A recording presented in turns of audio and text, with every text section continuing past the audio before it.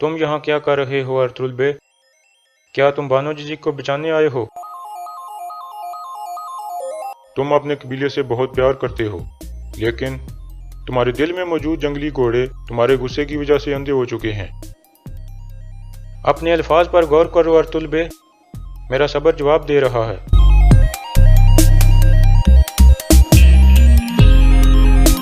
सलजान!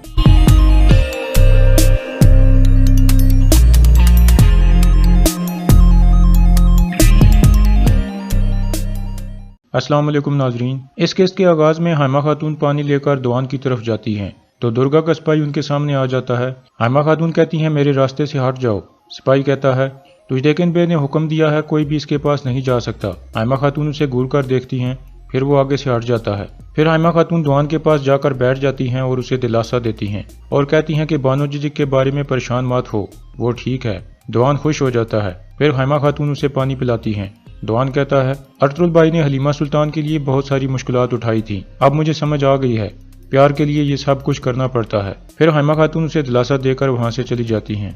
दूसरी तरफ मेहमान खाने में सादुद्दीन ने गुमस्तेगिन को मारग्रेव बनाने का फैसला सुना दिया था।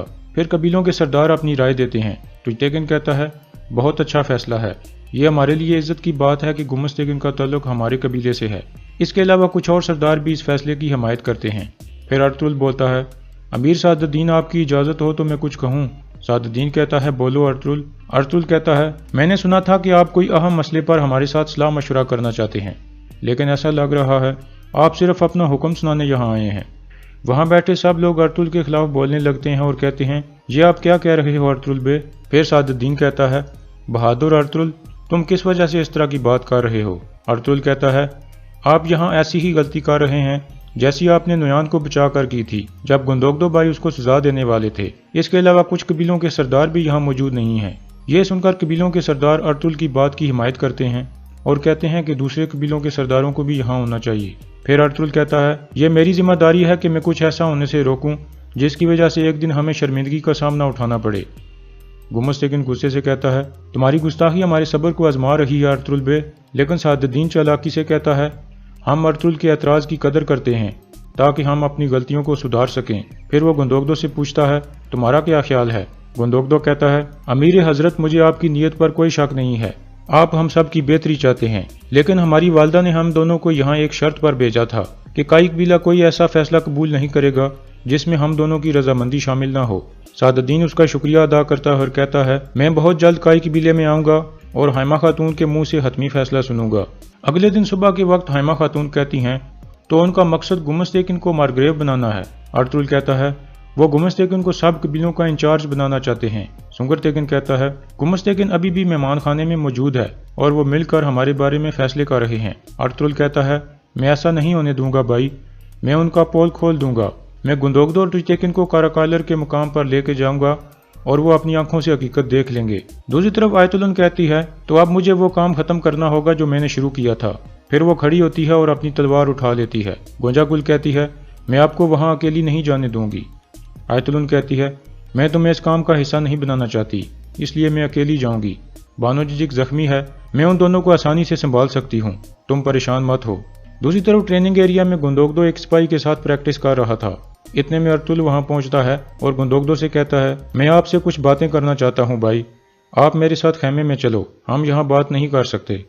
फिर वो दोनों चल पड़ते हैं। इतने में सादुद्दीन का एक सिपाही वहां पहुंचता है और गुंदोगदो से कहता है अमीर सादुद्दीन मेहमान खाने में आपका इंतजार कर रहे हैं। गुंदोगदो कहता है अच्छा मैं आ रहा हूँ। फिर गुंदोगदो अर्तुल को कहता है मुझे जल्द से जल्द वहाँ जाना होगा भाई, हम बाद में बात करेंगे। ये कहकर वो वहां से चला जाता है। दूसरी तरफ आयतुलन अपनी तलवार उठाकर निकल पड़ती है। इस दौरान छोटा बच्चा तुरली उसकी जासूसी कर रहा था। दूसरी तरफ अर्तुल और उसके साथी हकीम अर्तो के पास मौजूद थे। हकीम अर्तो कहता है सादुद्दीन कोई बहुत बड़ा खेल खेल रहा है। अर्तुल कहता है वो गुमस्तेगिन को मारग्रेव बनाकर सुल्तान अलाउद्दीन के गिर्द घेरा तंग करना चाहता है ताकि वो जरूरत पड़ने पर कबीलों को सुल्तान अलाउद्दीन के खिलाफ इस्तेमाल कर सके, लेकिन ये हमारी जिम्मेदारी है कि हम ऐसा ना होने दें। इतने में छोटा बच्चा तुरली अंदर दाखिल होता है और कहता है आयतुलन खातून कबीले से निकल गई है। अर्तुल फौरन तुर्गुत को कहता है हमारे सिपाही गुनगुत को कहो कि तुजदेकिन के पास जाए और कहे कि मैंने कबीले के करीब बानो जीजी को देखा है, वो उसके पीछे जरूर जाएगा। پھر ارطل چھوٹے بچے ترلی کو کہتا ہے تم سلجان خاتون کے پاس جاؤ اور اسے بتاؤ کہ آیت الن قبیلے سے نکل گئی ہے۔ دوسری طرف تجتیکن اپنے دوست پائیوں کے ساتھ قبیلے کے بازار میں گھوم پھر رہا تھا اور دکانداروں سے بات چیت کر رہا تھا اور ان سے پوچھ رہا تھا کہ آپ کو کوئی مسئلہ تو نہیں ہے۔ اتنے میں کائی قبیلے کا سپاہی گنگت بھاگ کر اس کے پاس آتا ہے اور کہتا ہے میں نے بانو جزی کو قبیلے کے قریب دریا والی طرف جاتے ہوئے دیکھا ہے، وہ گھوڑے پر تھی اور میں پیدل، اس لیے میں اس کا پیچھا نہیں کر سکا۔ دوسری طرف ترلی سلجان کو بھی بتاتا ہے کہ آیت الن قبیلے سے نکل گئی ہے۔ سلجان اپنا خنجر اٹھاتی ہے اور نکل پڑتی ہے۔ دوسری طرف تجتیکن بھی اپنے سپاہیوں کے ساتھ قبیلے سے نکل آیا تھا تاکہ بانو جزی کو پکڑ سکے۔ اتنے میں ارطل وہاں آ جاتا ہے۔ تجتیکن اسے دیکھ کر کہتا ہے تم یہاں کیا کر رہے ہو ارطل بے؟ کیا تم بانو جزی کو بچانے آئے ہو؟ تم اپنے قبیلے سے بہت پیار کرتے ہو، لیکن تمہارے دل میں موجود جنگلی گھوڑے تمہارے غصے کی وجہ سے اندھے ہو چکے ہیں۔ اپنے الفاظ پر غور کرو ارطل بے، میرا صبر جواب دے رہا ہے۔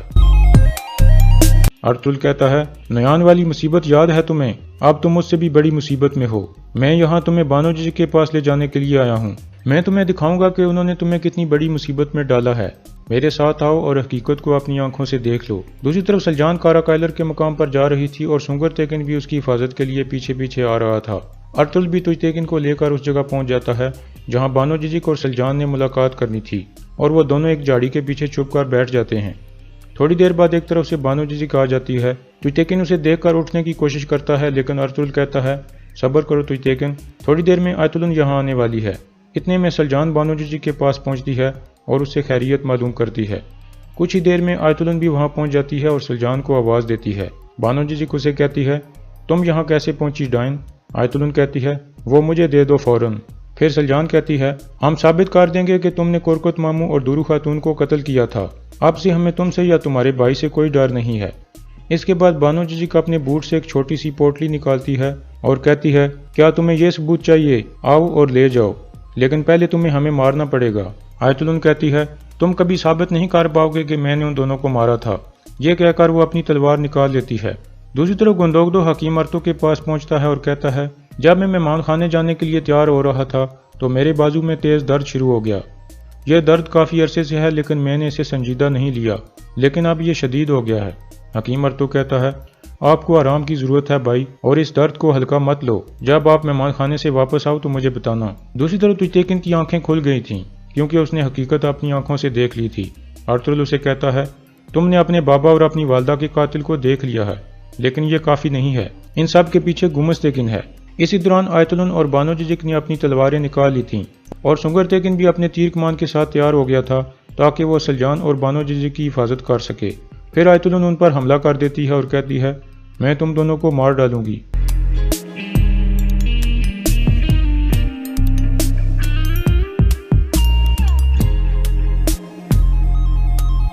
دوسری طرف گندوگدو مہمان خانے میں پہنچتا ہے۔ سعد الدین اسے خوش آمدید کہتا ہے اور بیٹھنے کو کہتا ہے۔ گمس تیکن پوچھتا ہے خیر ہے گندوگدو، یہ بازو کیوں باندھا ہوا ہے؟ گندوگدو کہتا ہے کچھ نہیں، ہلکی سی چبھن ہے۔ سعد الدین کہتا ہے اگر تم چاہو تو میں کونیا سے ایک ڈاکٹر بھیج سکتا ہوں تمہارے لیے۔ گندوگدو شکریہ ادا کرتا ہے۔ پھر سعد الدین کہتا ہے 10 سال سے سلطان علاء الدین ہمارے ساتھ ہیں، لیکن ان 10 سالوں میں پہلی دفعہ میں نے سکون محسوس کیا ہے۔ میں بہت خوش ہوں کہ ہماری تجارت کے اہم راستے محفوظ ہاتھوں میں ہیں، اور یہ سب آپ لوگوں کی وجہ سے ہوا ہے۔ اب وقت آ گیا ہے کہ ریاست کے کچھ اہم راز تمہیں بتائے جائیں۔ پھر وہ ایک طرف سے نقشہ اٹھا کر گندوگدو کے سامنے رکھ دیتا ہے۔ دوسری طرف عورتوں کے درمیان لڑائی جاری تھی۔ سلجان بانو جزی کو کہتی ہے تم چلی جاؤ کیونکہ تم زخمی ہو۔ بانو کہتی ہے آپ ارطل بھائی کو بتانا کہ وہ میرے پاس آ کر ثبوت لے جائیں، انہیں پتہ ہوگا کہ میں کہاں ہوں۔ یہ کہہ کر وہ وہاں سے بھاگ جاتی ہے۔ پھر آیت الن اور سلجان کے درمیان لڑائی شروع ہو جاتی ہے۔